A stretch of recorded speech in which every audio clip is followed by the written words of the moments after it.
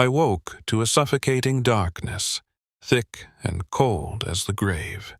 A chill slithered down my spine, coiling tighter with each breath. Drip, wet, drip, cold, drip. Rain? No, a sprinkle, but inside, drip. No sand. My fingers dug into it, gritty and damp. Drip, drip. Damn it. Another hangover. This one worse than the others, dragging me down like a stone in deep water. Drip, drip. What had I done? Drip. My body ached as if broken by a runaway train. Drip. No, I wasn't hit by the train. I was the train, derailed, twisted, and shattered. A laugh, bitter, hollow, scratched its way from my throat, but even that hurt. Ha! Ouch! Drip, drip.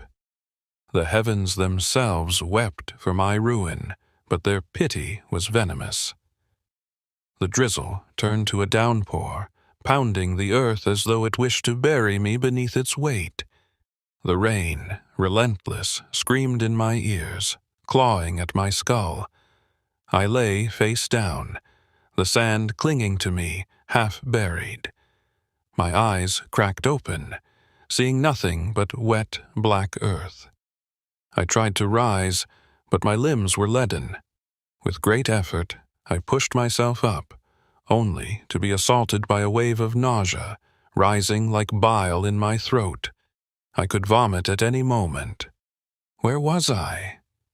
Through the curtain of rain, I saw it. A vast lake spread before me like a sheet of dark glass, its surface broken only by the rise of a distant mountain. Behind me, the forest loomed, dense, tangled, with a path that cut through it like an open wound. Lost. I was lost, cast into this forsaken landscape like a shipwreck. I should have known better than to drink again. The bar, the fog of memory, a contract? For a moment, I tried to piece it together, but my mind was fogged, adrift. The rain softened, now a whisper against my skin. My gaze fixed on the forest. The path beckoned, but something about it chilled me to the bone. A tree to the left of the path caught my attention. Its roots twisted around the trunk like a noose around a neck. I shuddered, a primal unease settling over me. The nausea ebbed, leaving me weak but functional. I staggered to my feet, my steps unsteady, drawn toward that damned tree. My foot caught on something. I couldn't tell what, maybe nothing at all. As I fell, my hand struck the bark. That's when I felt it. Something thick, cold, unnatural. Not rain, no, something worse. A white, viscous substance dripped from the branches, and before I could pull away, it seeped into my skin. My breath caught, and a searing pain ripped through me, like 1,000 needles piercing every inch of my flesh. I burned. I shook uncontrollably as if possessed by a fever from the depths of hell. My legs crumpled beneath me, and I collapsed, gasping for breath. My left hand, glowing, bright red, searing as if fresh from the forge. I tried to lift it, but the agony shot up my arm, unbearable, unholy. I screamed. The smell of burning flesh, my flesh, filled the air, even through the rain. My skin peeled away, exposing the bone beneath, raw and bloody. And then the metal. Was it always there, embedded in my flesh? The metal began to melt, dripping like molten iron from the exposed bone, pooling at my feet. The pain was maddening, the nausea rising, suffocating. I vomited, a thick black bile that splattered onto the sand. Then, silence. The darkness took me. The world twisted around me, folding in on itself like a nightmare that refuses to let go. Shapes warped in the shadows, bending and curling until a figure emerged, a grotesque caricature of humanity, a jester with limbs too long and a smile too wide. Its painted face stretched in a grin that was more hunger than humor, eyes glinting like glassy dead things caught in a flicker of candlelight. "Welcome," it whispered, the sound dripping like oil, "to my world." It leaned close, too close, its breath foul, like something pulled from the bottom of a grave. "You may rest here a while, boy, but soon, oh, very soon, you will walk into a world of magic, where the air smells of fear and the ground trembles for madness." I tried to move, to escape, but my body was paralyzed, locked in place like a marionette with its strings cut. The jester cackled, the noise high-pitched and manic, filling the air like shattering glass. And as you lay there, helpless, the boy in you consumed by fear, as the monsters feast on your bones, pick you clean until there's nothing left. It paused, its grin widening, the corners of its mouth splitting open as if it would swallow the world whole. "But fear not, my child. The king's men have come to save you from life." The laugh that followed was like nothing I'd ever heard. It was the sound of madness itself, clawing at the edges of reality, threatening to pull me under. I could feel myself slipping, feel the darkness closing in around me. Then, from within its tattered robe, the jester produced a scroll. Old, worn, the edges curling, as if they had been burned by a fire long since dead. "Sign here," it hissed, holding out the scroll, pointing with a bony finger to the dotted line. The smile on its face was too wide, too eager, like a snake coiled to strike. "It's a simple contract, boy, just a signature, and all your worries will melt away." My hands moved, shaking, but not of my own will. I was trapped in that terrible gaze, those dead, mocking eyes. Before I could stop myself, I took the quill and pressed it to the parchment. The ink bled like blood, dark and thick, sinking into the paper, as if the very act was sealing me to something far worse than death. I signed. The jester's grin split wider, impossibly wide, as if it would swallow me whole, and then the world fell away into blackness. When I woke, I was choking on air, gasping like a man dragged from the depths of a lake. Cold water clung to my skin, my clothes damp and heavy, sand biting into my palms. The world spun around me, but something was wrong, different. My body felt lighter, younger. The lake stretched before me, unchanged. The same water, the same mountain, looming in the distance like a sentinel watching over this forsaken place. The rain had eased, now little more than a mist, but the dampness clung to everything, seeping into my bones. I stumbled to my feet, weak, my head throbbing with a memory half-formed, like a shadow slipping between cracks. I remembered something. A figure. Laughter. The contract. I had agreed to something, but the details were tangled in my mind like cobwebs in a dark corner. I tried to pull at them, to unravel the knot, but the more I tried, the tighter it became. My reflection in the lake caught my eye. It stopped me cold. I looked down at the water and saw a man, a stranger, staring back, young, too young. The face was mine, but not the face I remembered. This was a version of me long buried, a face I hadn't worn since I was 25. The skin was smooth, unlined, my hair dark and full, no hint of the years that had worn me down. I stumbled back, my heart pounding in my chest. What had that jester done to me? What had I agreed to in that dark, twisted dream? Fragments of the encounter haunted me.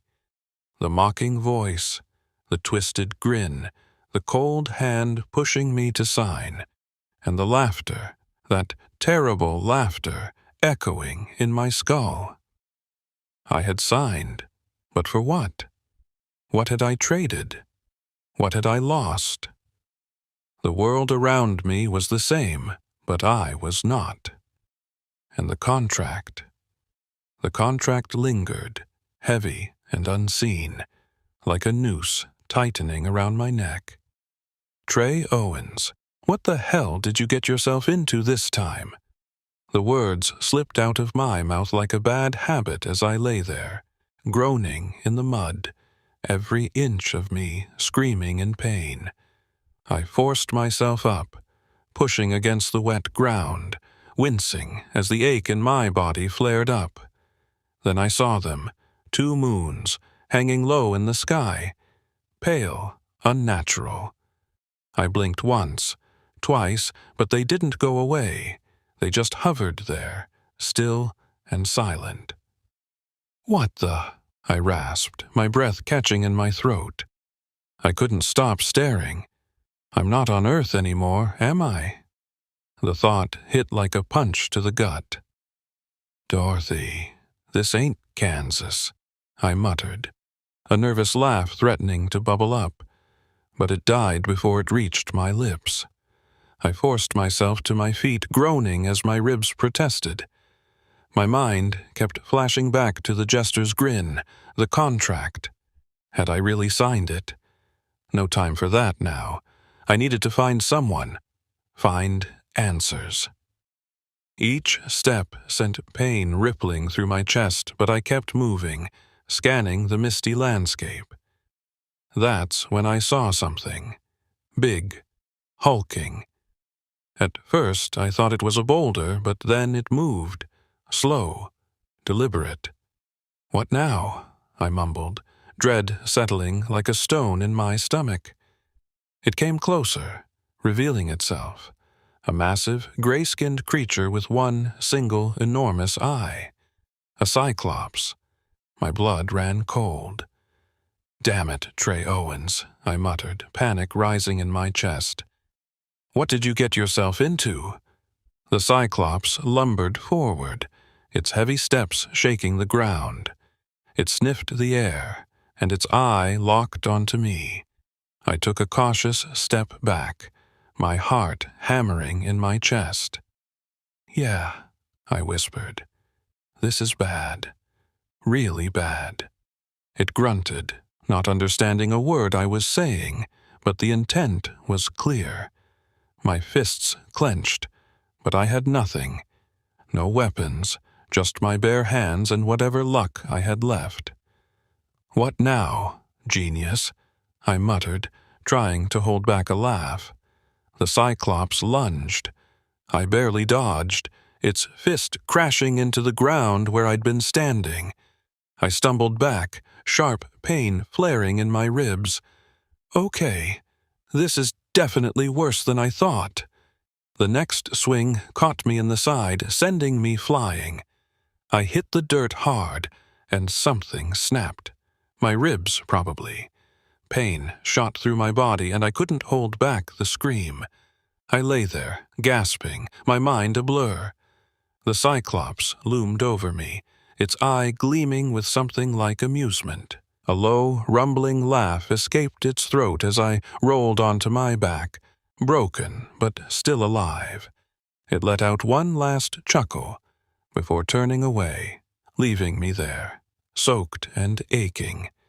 "Yeah, Trey Owens," I whispered through the pain. "You really screwed this one up." Time dripped away, much like the blood oozing from somewhere inside me. I was a mess.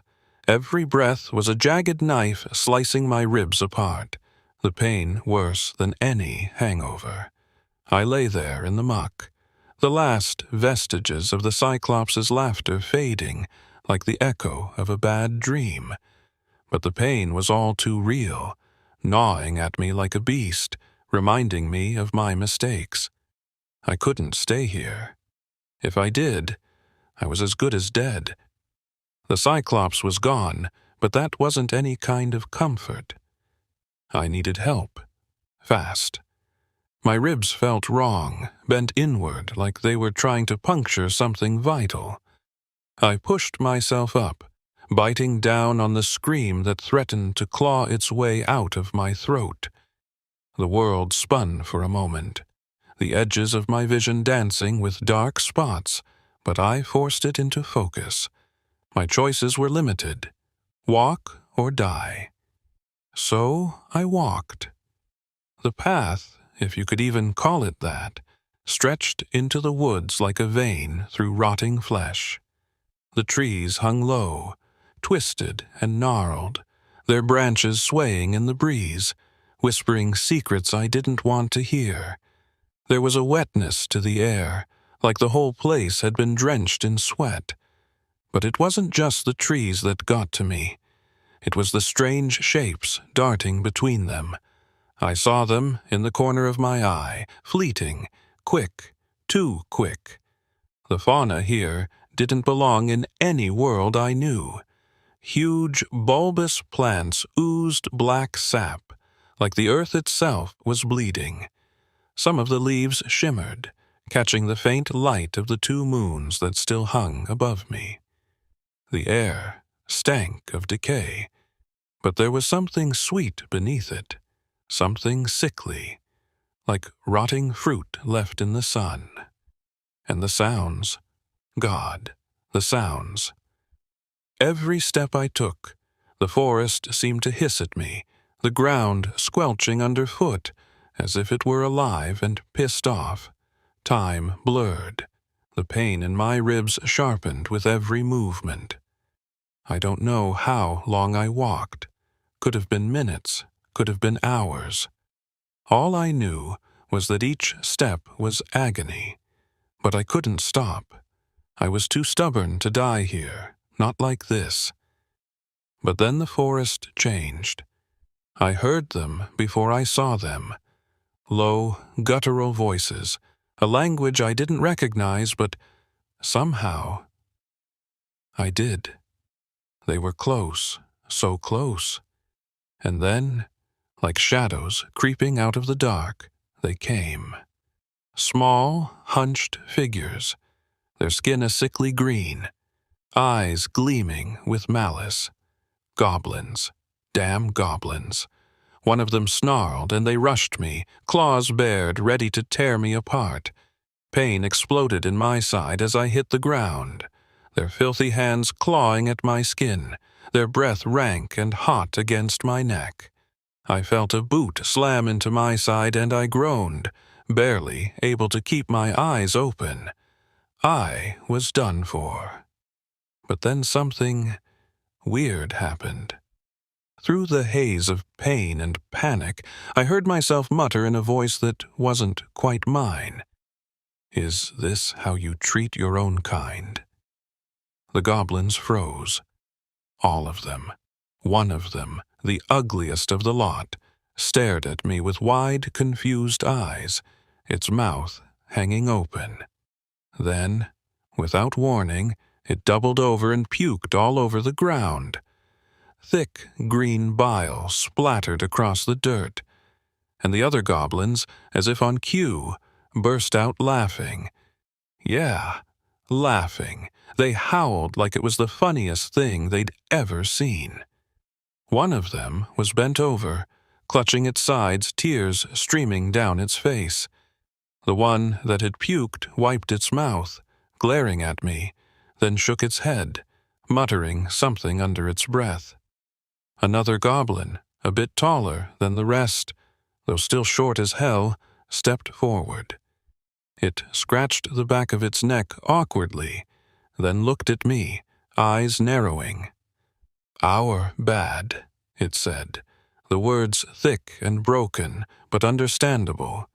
You come. Meet leader. I stared, barely processing the words. Meet their leader? I should have been dead, but here I was, invited to some goblin gathering like it was a normal Tuesday. My ribs screamed in protest as I tried to stand, but I nodded, if only because it was the only option that didn't end with me in a shallow grave. Yeah, I muttered under my breath, wincing as I stood. Trey Owens, you've really done it this time. I moved, or rather they moved me. The goblins weren't gentle, but they weren't rough either, just efficient. Their small, wiry hands gripped my arms as they guided me through the trees. They said nothing, just grunted occasionally as we passed through the forest that twisted and swayed like it was alive. The air was damp and thick, hanging around me like a wet blanket. It took me a minute to realize where they were leading me, through the thicket, past towering trees with bark like cracked stone, and into a clearing. There, nestled among the dense woods, was a village. Not like anything I'd ever seen before. The first thing that hit me was how simple everything looked, and yet the complexity was there if you knew where to look. Their homes, teepees of sorts, stood tall, covered in hides that shimmered strangely under the moonlight. Feathers and bones dangled from cords, clinking softly in the breeze like tiny wind chimes. Skulls of animals, big, small, some I didn't recognize, were staked into the ground, marking paths or maybe wards against whatever lurked out there in the woods. The scent of herbs, strong, pungent, filled the air, mixing with the damp, earthy smell of the ground. The goblins themselves, they moved with a kind of quiet grace I hadn't expected, almost as if they were gliding through their village. Their skin was a mottled green, dotted with scars and markings. Some seemed tribal, others just battle-worn. Each wore some kind of adornment, feathers, bones, beads, crudely tied around their necks or arms. But the leader, he was different. He stood apart, taller than the rest, though still shorter than me. His skin was a deeper green, almost like the moss growing on a tree trunk. His eyes were sharper, colder, calculating. He wasn't just some brute. There was intelligence there, the kind that made me uneasy. His clothes, or what passed for clothes, were more elaborate than the others. Leather straps wound around his chest, decorated with symbols I couldn't decipher. Feathers, white, black, streaked with red, were tied into his hair, and a large stone pendant hung from his neck. He held a staff, carved from bone and wood, with markings etched deep into its surface. He looked like someone who carried authority, not just because of his stature, but because of the way the other goblins eyed him with a mix of fear and respect. He spoke, his voice gravelly but calm, in a language I should never have understood. But somehow I did. The words slipped into my mind like whispers on the wind, and I found myself piecing them together as if I'd known them my whole life. "You are hurt," he said, his cold, calculating eyes flickering over me. "But you stand. Good." I didn't know how or why, but I answered back in their tongue. "I stand. For now." He seemed surprised for a moment, his sharp gaze narrowing in suspicion, but it passed quickly. "I am Narshuk, leader." "Trey Owens," I replied, the words spilling from me without hesitation, though I had no idea where this strange understanding had come from. It was like the language had rooted itself in my mind, an instinct I couldn't shake. I wanted to ask him more, explain myself, but a wave of exhaustion crushed me, and the world around me faded. Narshuk's unreadable expression the last thing I saw before the darkness swallowed me whole. I woke some time later. Hours, days, I couldn't tell. The inside of the teepee was dark except for the faint glow of embers burning in a nearby pit. My ribs throbbed, sending sharp pain through my chest with every breath, but the searing agony had dulled to a constant ache.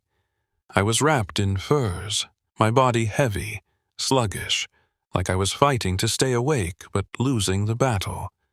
I drifted in and out of consciousness. Time lost its meaning.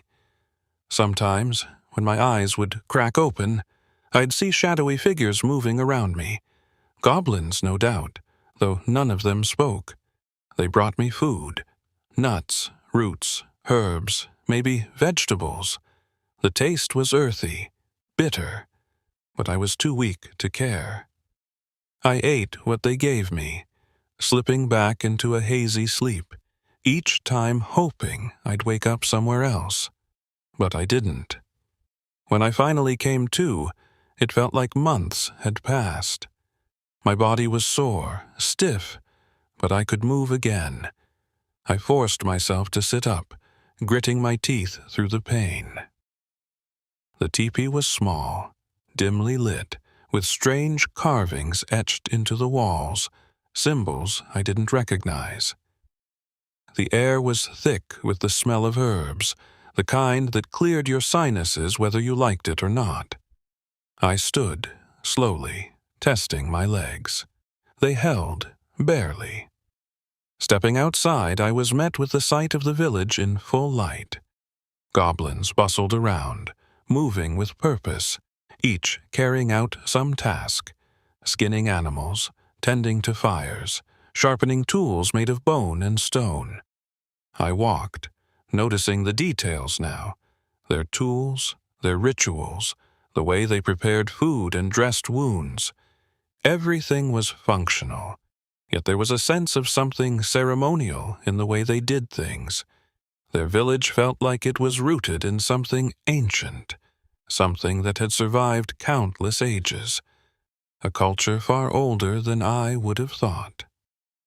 Narshuk found me before long, his eyes as sharp as ever. "You walk now," he said, his lips twitching into what might have been a grin. "Good. Tomorrow, we hunt." "Hunt?" I asked, feeling a chill creep up my spine. Narshuk's grin widened, showing teeth. "Not like any hunt you know. Tomorrow, you will see. The forest. It has its own games." His eyes glinted, and I couldn't help but feel like I'd just been invited to something I wasn't ready for.